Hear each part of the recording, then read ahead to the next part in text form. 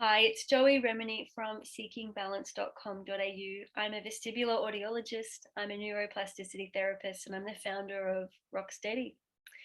Today I am interviewing Maya from Canada, and she is one of my Rocksteady members who's gone through the program and found deep healing despite numerous diagnoses. You may be familiar with some of her diagnoses being BPPV, labyrinthitis, debarkment, MdDS, persistent postural perceptual dizziness or PPPD, and vestibular migraine. So there's a kind of a bag full of lollies there in the medical goose chase of answers and labels and diagnoses, and Maya found the Rocksteady process to be really supportive, and she volunteered to give a case study. So welcome to the call, Maya. Thank you so much for your time. Thank you so much. So just off the call before we hit record, Maya was sharing how she had the very familiar goose chase and seeing many, many doctors and specialists, being on waiting lists, years passing, and being told, your brain hasn't adapted yet, or you're not there yet. Your brain is still compensating, and Maya felt deep in her heart that there's got to be a different way. Like, why aren't I healing? And that at that point, I think, was when she found the Rocksteady process. Maya, do you want to talk a little bit about, you were sharing with me off the call, but do you want to repeat some of that about how that first 2 weeks of beginning the Rocksteady program and those early modules, how there were some really big changes in how you started to view your body and how you started to change your belief system, coming from so much vestibular therapy and seeing doctors and treatments, and then shifting into the Rocksteady path. Can you talk a little bit about that initial landing and what you learned and what you found beneficial? Yeah, so basically, like you said, I had just been going through a lot of the different physio and seeing doctors. And so I went wholeheartedly into the program. And I felt that this was going to really help me. So actually a year before that, I had, because I was doing my own kind of research on these different symptoms, and I had come across you on, your website and YouTube. And I actually had done the week-long program that you offer, Mm-hmm. and it really helped me a lot. And, I kind of continued on and all that. And so that was probably like 2020. And then 2021. So I was still having some, residual kind of symptoms and daily symptoms, like all day kind of. And then 2021, I had a big BPPV attack, like at the end of the year. Was going to physio right away for that. And upon reflection, I think, and learning more about your program, what you teach us, we need to settle the body first before doing any kind of vestibular therapy. But I went that same day. And I think that kind of shook things up too much for me, and I kind of froze, and because it was just like too much. But anyway, and then 2021, or let's see, that was end of 2020, and then 2021, the beginning in February, I had another BPPV attack, and was going for physio, but he's wonderful at setting the crystals back in. So that was great. But then there was always that other stuff, and that wasn't getting better. And sometimes I felt that was getting kind of worse. And inside of me, I was like, well, something's not right here. So then I revisited, okay, I got to get started with this Rocksteady program. So that's when I went in. And then after finishing module 1, so about 2.5 weeks of the program.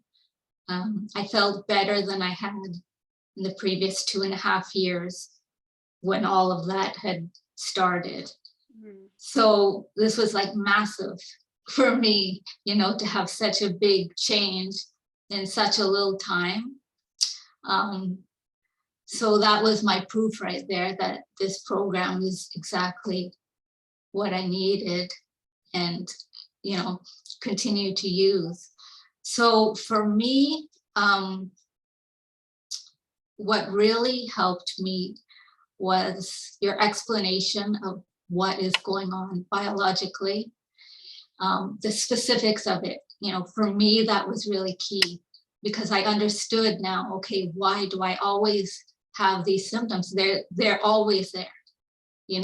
Even if it's a little bit worse at times or whatever, they're always there 24/7. Why do I have this? So you gave the explanations, okay, what's going on neurologically, and in the whole system. So that really helped, and it helped me to gain that confidence that I needed, that, okay, it may take a little time, but I'm going to put all my trust that this is going to work and that this is going to help me. I just need to rebuild that confidence in myself and in my body. And so at the beginning of the program, like I was telling you, for me, I really love doing the neck tension release every day. And I would do that. Like I did several of the exercises, like with balance scan. But I found that, so like I was telling you, with doing that, the exercise, the neck tension release. And so at the beginning, I was a little cautious still. So I was just, moving like this. But then what you explained is that because the brain just needs to, I can't remember the exact words, but like it just needs to start moving again so that it can relearn these pathways again. And so I trusted in that. I trusted, in what you're saying, and that if I'm feeling a little bit off when doing these exercises, that's okay. So that was key, because I felt safe, that it doesn't mean that something's wrong and that I need to stop. Because that was kind of the message that I've been, repeatedly getting from the ENT and with vestibular therapy, was like, you can make small movements, but don't do too much, because then, these crystals could come out again, and it didn't sit right with me. It sounds like the first 3 years of your condition, or 2 years, as you were navigating the medical model and the physiotherapy model and kind of mainstream conversations and mainstream professionals and therapists, there was an element of fear associated with the diagnosis, a lot of unknown about the how to recover, and also perhaps feeling a little bit dismissed with what you were feeling, and kind of, it should get better, it should resolve, the brain should sort it out. So there was just a lot of missing elements in the conversation. And it sounds like by the time you got to Rocksteady, you were really ready to learn about how the ears, the eyes, the brain, the spine are all communicating, and how you can best support those messages to be emotionally safe and centered, and to rebuild and reestablish balanced, healthy pathways. And that's really what you were then learning to implement as you chose whatever exercises you chose from the program. Does that summarize a little bit about what you feel you felt in that early stage? Yeah, so definitely felt safe, and so like I said, by the end of week 2, I said, okay, I'm going to do this. And I looked right up and looked down. And at the beginning, okay, it was a little bit still of the sensation, not quite right, whatever. But I trusted, okay, that's normal. And I told myself, that's normal. And I encouraged myself to let myself know my body, that it was safe and that it's normal. And then after that, and I mentioned to you in my letter, was that on some other level, just that act of doing that, it felt like a huge release. Yeah. Because that gave me that confidence. And then, like I'm fine to look up and down now, and I have full range. And you've normalized it. And it's like we have to be brave and courageous and willing to feel a bit not quite right as the brain establishes emotional safety and builds a new normal. And I think sometimes people just don't know the how. They kind of know what they want to feel and they know what they don't want to feel. And there's all this confusion in how to get from A to B. And the reality is, a doctor or a physiotherapist cannot give you that information because it's so personal. And each person builds their neural pathways in a very individually tailored way, to the point that I don't even know how people heal. There's a process of self-questioning and self-study and self-investigation that helps us answer those questions and neurologically have that physical, mental, emotional, spiritual support that really is the basis of the Rocksteady path. Did you find any of the emotional aspects of the Rocksteady program confronting or supportive, or how did you find, I call them the invisible pieces, the mental, emotional, spiritual. It's really moving beyond the physical, which is physical postures, physical diet, physical treatments. How did you find the mental, emotional, spiritual inquiry? Well, I think that's like a huge part of it, because I feel and believe that, underneath it all, there is that aspect that needs to be addressed, especially if an issue is like with all of this, or anything, if it's chronic, there's usually like something underneath that needs to be looked at. So, another big part of that from the beginning was I really put my heart into just focusing on my desired feelings. So, because especially when we're having all these kinds of symptoms all the time, sensations, and even when we're starting to do more of the exercises, those sensations can come up as we're doing them. And so I really learned while doing those exercises or just doing daily activities, which was, a little bit more challenging at the beginning, but as time went on, it just became the more normal, was to just to stop. And when I felt those sensations, to really be okay with it, to really be present with them, instead of not wanting to think, okay, why am I having this? I just want it to go away. Yeah. Because my whole intention too was to really to love myself.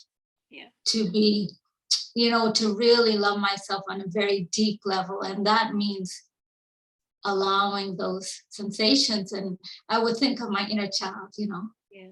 So if I'm doing exercises and or whatever, a daily activities, and I'm feeling sensation, would I tell that, my child, would I say, hey, just do it. It doesn't matter what you feel, No, I wouldn't. I would say it's okay. Yeah. And I would comfort her, and I would let her know she's safe, and that what she's feeling is okay, and that, I'd encourage her. And so that was what I was doing for myself. And that really was huge. Yeah, really. Thank you for sharing that. It's just such a beautiful, simple, deep dive example into the mental, emotional, spiritual aspects of healing. And sometimes there are these parts of ourselves, which very well could be our inner child or inner infant or inner tantruming toddler. And who's going to care for that? It's living inside of us. We're feeling it. And it might be manifesting through the body in aches and pains or physical sensations or symptoms. What's the underlying conversation that our body wants to have with us? And are we brave enough and willing enough to go there and be the adult and be the supportive person and to hold loving attention and presence in that uncomfortable place? And I know for me, it's so powerful when I do that. And there's that, resistance in me perhaps that might not want to go there sometimes. I might want to push through and ignore it and tell myself, no, I shouldn't feel that. Or come on, I've been there, shouldn't that part of me should be done by now. I've spoken to my inner 2-year-old, so my inner 2-year-old should be fine now. You know, all of this kind of avoidance strategies that we're so clever at constructing. Am I willing to just stop and talk to my 2-year-old 100,000 times? Am I going to love myself enough to let all of those vulnerable parts of me be welcome and be held and be loved time and time again? And as a mother now with real human children, I can really see the parallels in, you know, we don't sort of look at our children one day and say, no, you've had enough cuddles. No more cuddles. Like, no, we don't say that. We keep giving them cuddles. We keep reassuring them. We keep listening. We keep being the adult and holding that loving attention. And I think that part of the Rocksteady process is really learning to direct that unconditional loving care back into all those parts of us that may have been abandoned, neglected, rejected, and unloved over the years.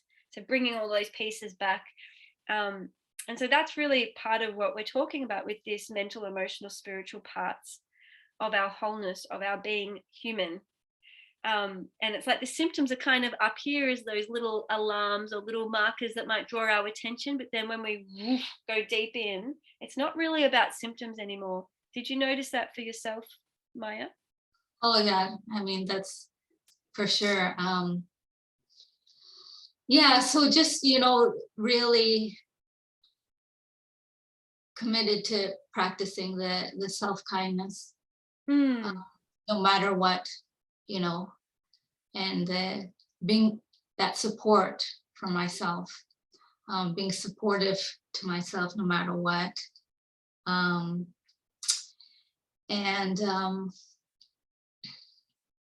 There was something I wanted to share as well, because I believe in synchronicities, and I think that the more in tune we are and, really connecting with our inner, whatever you want to call it, inner wisdom, inner spirit, then, things will just there's more greater flow. Yeah.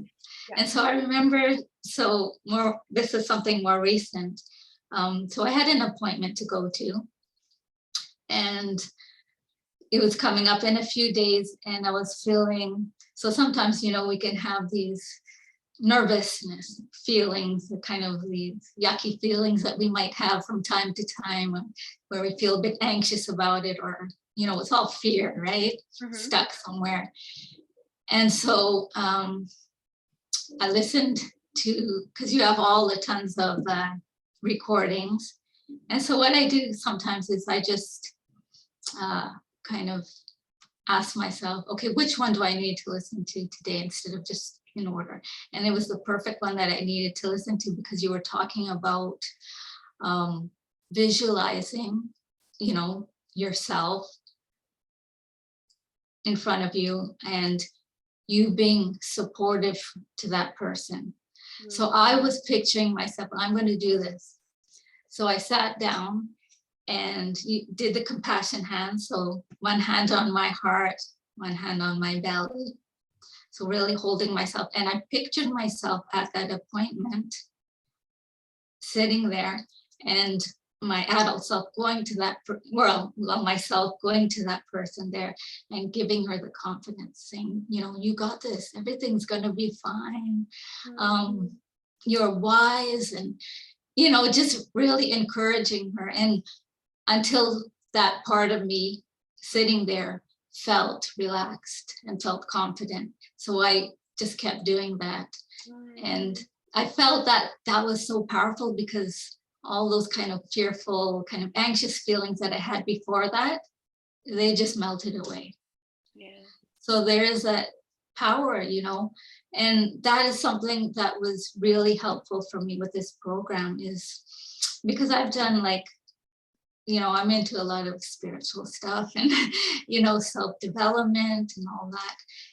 And I listen to a lot of different, teachers, well-known authors, and I love listening to it and reading their books. But something that I felt was always missing is that, the missing key, the ingredient, is what I got from you, is that, okay, so you have these sensations or emotions that you have that come up, And okay, a lot of people say, well, just to notice them, feel them. Yeah. But what do you do with it? Like, to process it, because I would find that, okay, I acknowledge it, I observe it, and I let it be there. I'm not judging it. But then somehow later I think I was like, without knowing, repressing it because you didn't actually deal with it. I totally agree and hear you there. I think there can be an element of suppression.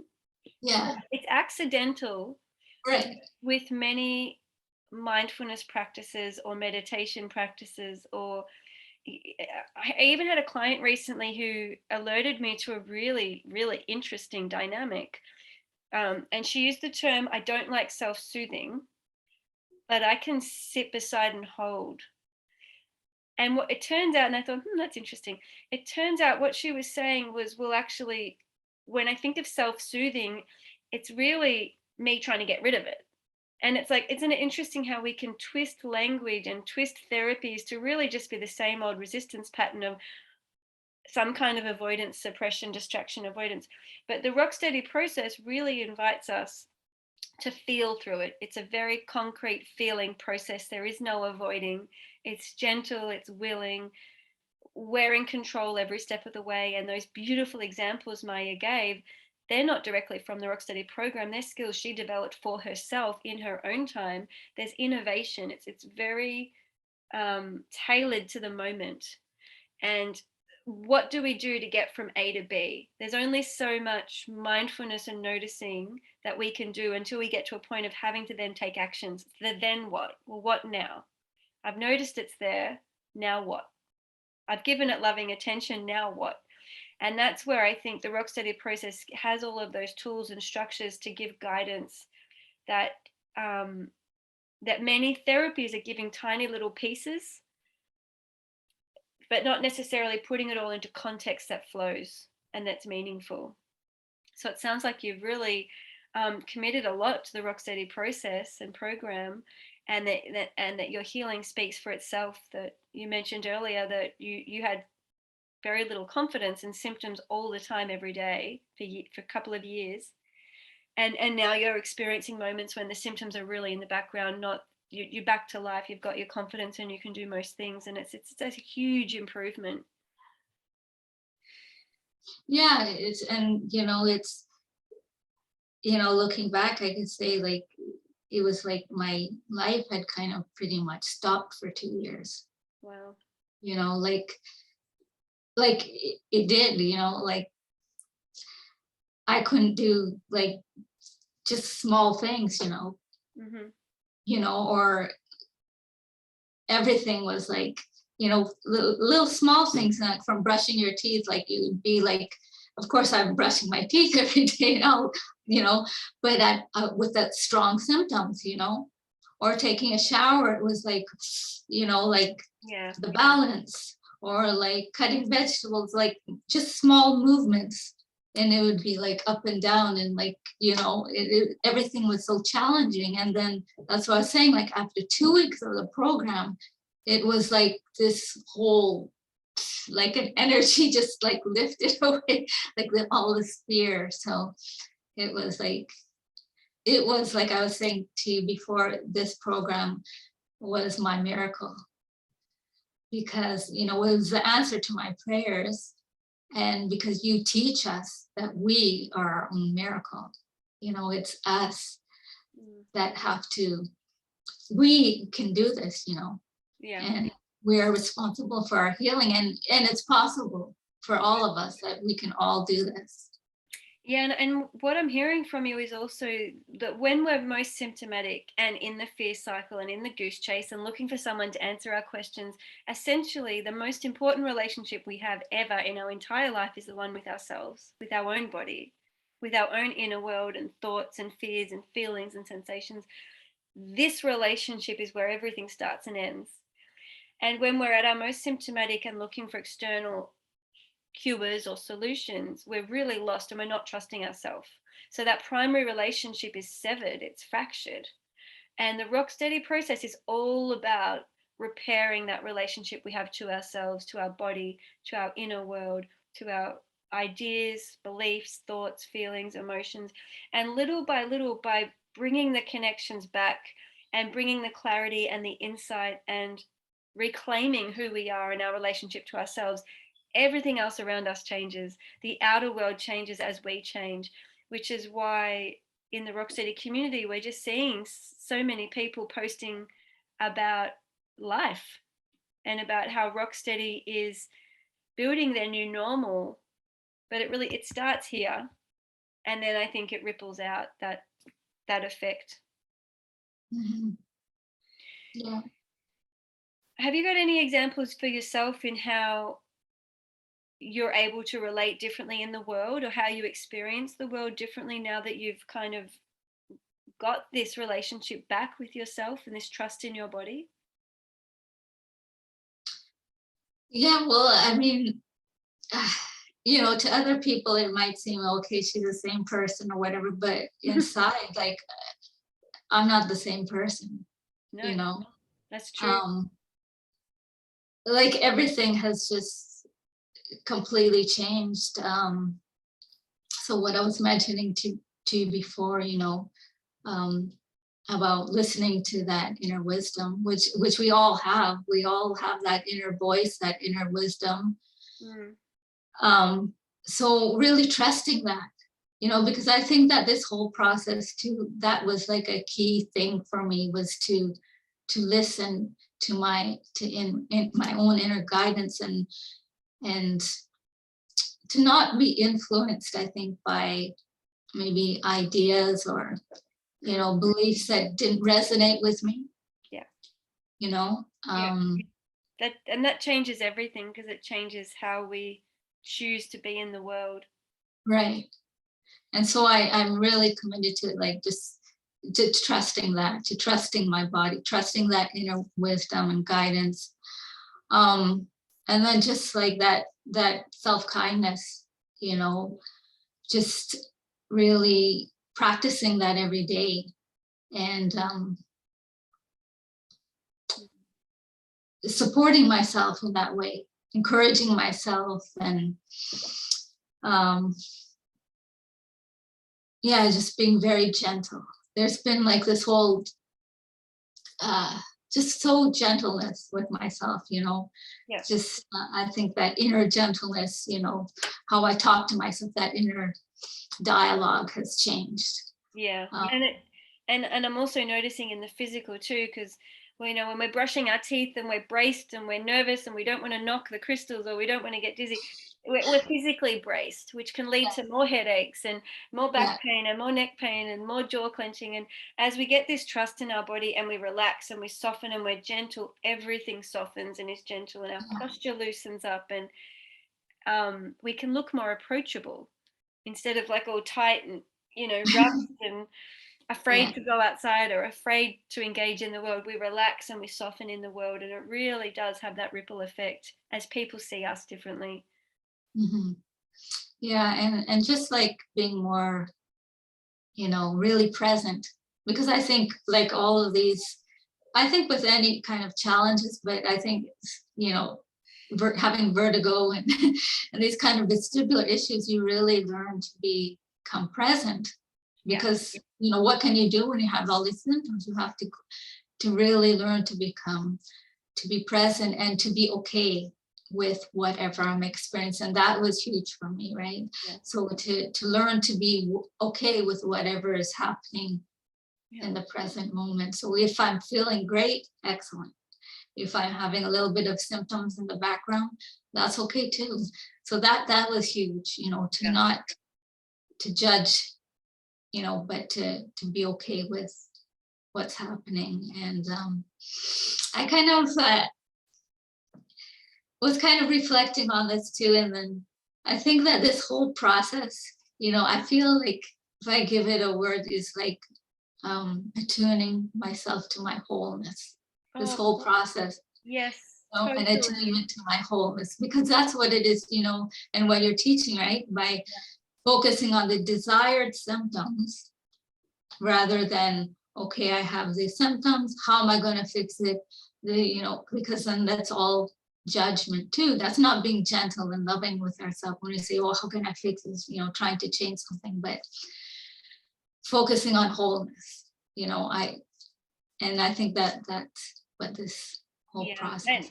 And I think this is just, for me anyway, it's spiral learning. It's like there's no destination. I'm just constantly learning about my wholeness. It's such a dynamic, changeable force of nature.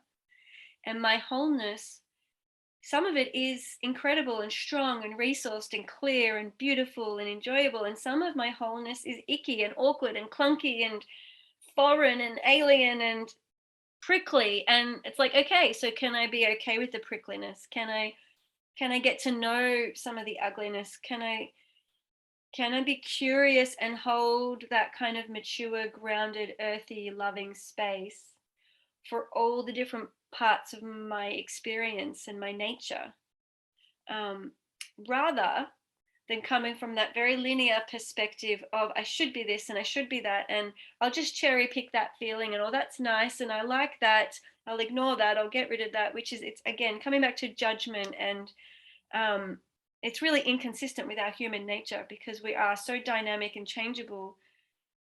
And so having space for all of us and attuning to wholeness, that's a beautiful phrase. I couldn't have said it better. Attuning to our wholeness is the destination, and it's constantly changing. And it's beautiful regardless of whether we're here or here or here or here. It's attuning to all of it from a place of wisdom. And that's one of the things that I really learned in this program how to do, is like I was saying, that accepting all those parts of myself, that it's normal to feel sad sometimes, it's normal to be angry sometimes, it's normal to be joyful and happy. All of these range of emotions, it's all normal because we're human beings, and that's what we're here to experience, all of this, and so that was like huge for me to like be okay with it and tell myself, okay, I'm feeling this upset, it's okay. And then going inwards, and then I liked what you teach us how to do, which was that key that I was kind of missing, was you teach us, okay, find it in the body. Where is it? Give it bring it out, a shape, a color, and talk to it. Get to know it. And that was, and I do that all the time now. So if I feel any kind of thing, a little fear or worry about something, I bring it out and talk to it, and it really helps. It helps to transform it. And that's what I was going to say, is like, not only is it healthy and normal to feel things like resentment or anger or fear or envy, whatever it is that's coming up, we're on this planet, in this universe, in the bigger world, we're all interconnected. And the reality is it's not a perfect world. It's highly likely there will be something out there that angers us and challenges our value system, or be highly likely that at some point in our experience, a very sad event will occur. We have the Ukraine war at the moment. There is a lot of reasons, healthy reasons, to be feeling deep sadness on a global level at any given point in time. It's almost like the conversation could be, it's really abnormal to not feel and to numb out. And it's unhealthy to not tend to those feelings and give them space to process and evolve and transform, another perfectly used word. And I think my intention in the Rocksteady community and in our live calls and in our peer group and through the modules is to really notice our language and our beliefs, and notice how some of the messaging we're getting is actually not suited for a living human being. And perhaps rather than trying to get rid of symptoms, the conversation needs to be, well, how do I meet the tenderness inside of myself? How do I support that tenderness? And how do I honor and acknowledge that I'm a healthy, functioning human being for feeling that tenderness? And so it's really shifting the dialogue away from diagnoses and toward the normal, healthy, fluid human being human. Right. Yeah. Thank you so much for your time today. I'm wondering if you have any closing words, any little piece of encouragement that you would offer Maya a year or two ago, what would you say to her? I would tell her that, reassure her, give her that encouragement that she can do this, that, because I was getting the message, at the beginning of all this too, that part of this process was to listen to your inner wisdom, like to, what we all have within us, to listen to it and follow it and trust it. And to know that you're supported. And so I would tell her, trust in that, trust in those messages that you're seeing, that everything is okay. And I believe that, for everybody, because we're all the same, And if she feels like, I can't heal, I can't get better, I've got vestibular migraine and triple PD and labyrinthitis and Bachman MdDS, and I'm looking on the internet's telling me I can't heal, what would you say to that? What would you say to Maya that is feeling incurable? I would say that it's normal to be feeling that way. Yeah. You've gone through so much. Yeah. You've had these symptoms, sensations, and feelings, and you care so much for yourself that you want to get better. Yeah. And to honor that, to honor that you care deeply about yourself and want to get better, and it's possible, that you can just relax and trust that the support is there and it will come to you. And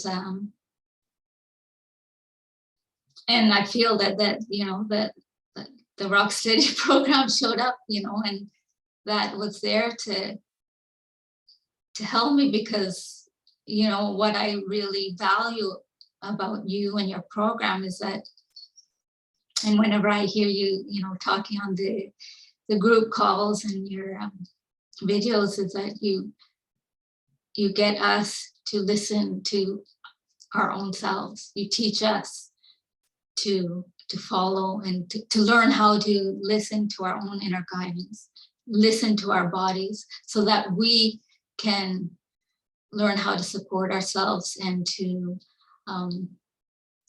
rebuild those pathways and to support ourselves. So it's really about not searching outwards, but to going inwards. And I would tell her that you've gone through all of this, but it's all for a purpose. And at the end of it, you're going to realize the blessings. And each day, I wake up with so much joy. I as I mentioned to you in my little write-up that I gave you, is I truly feel, I feel so blessed. Yeah. A lot of these symptoms have, like, most of them have just gone, or whatever is left is just like a little bit in the back. So it's pretty much nothing. And I know that will continue to heal that little bit that's left, but it's pretty much gone. And so every little activity that I do, I'm so amazed with the human body. And I've always, like, I have a background in biology too, and just I'm so passionate about this neuroplasticity, because, like, I just think how amazing our human body is to heal. I hear you, and I totally feel, I think, equally blessed. I share that journey with you, and I was just thinking the other day, like, do we grossly underestimate the human body, or what? At a societal level, like, it really is an amazing vehicle and a sacred vehicle. It's housing me in this lifetime. How can I take care of my body? How can I honor the innate wisdom of my body? How can I listen and support my body? Why isn't that conversation more front and center? Yeah. Baffles me. Sorry. Yeah, go ahead.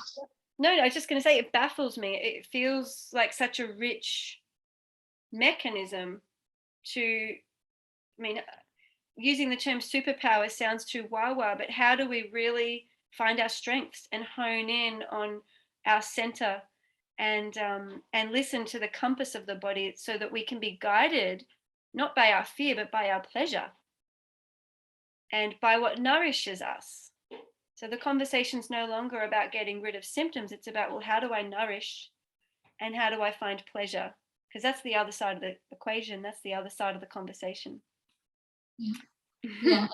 And that's it. Like when we focus on that, our desires and our joy, you know, and on our gratitude, that automatically changes our whole, you know, chemistry and physiology, everything. It's automatic.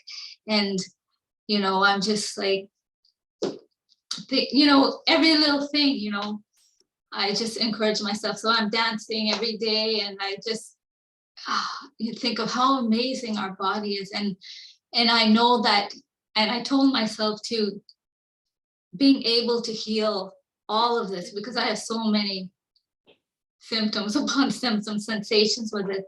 If my body could heal from this, which it did, you know, I can do anything. My body can do anything. It's miraculous. We all can do this. You got your power back. Yeah. You're no longer giving your power away. And I feel like that's a really beautiful place to end this conversation. And I agree with you, Maya. I believe that the human body in and of itself is mundane, ordinary, miracle. It's both. We're all able to heal. We're all able to take our power back. We're all able to learn what nourishes and pleasures us, find our supports. I do believe in synchronicity. And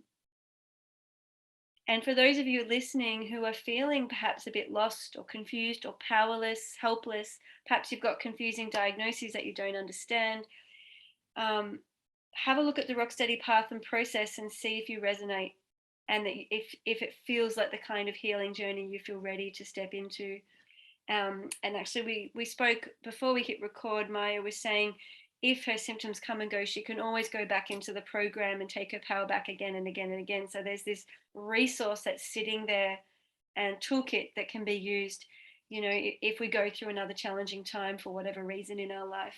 And I think that's really valuable, that we take a dynamic approach, and we keep supporting ourselves and stay on the path. So it's a little bye for now, and I want to thank you, Maya, for your time. Thank you so much. It's wonderful to talk to you. Yeah, it's been really a treat for me too. Welcome to any listeners who are new to our community. You can learn more about me at seekingbalance.com.au. Join our Facebook group for beautiful conversations about healing, and take a look at Rocksteady if you really want to dive in and have comprehensive guide and support for yourself. So it's a little bye for now.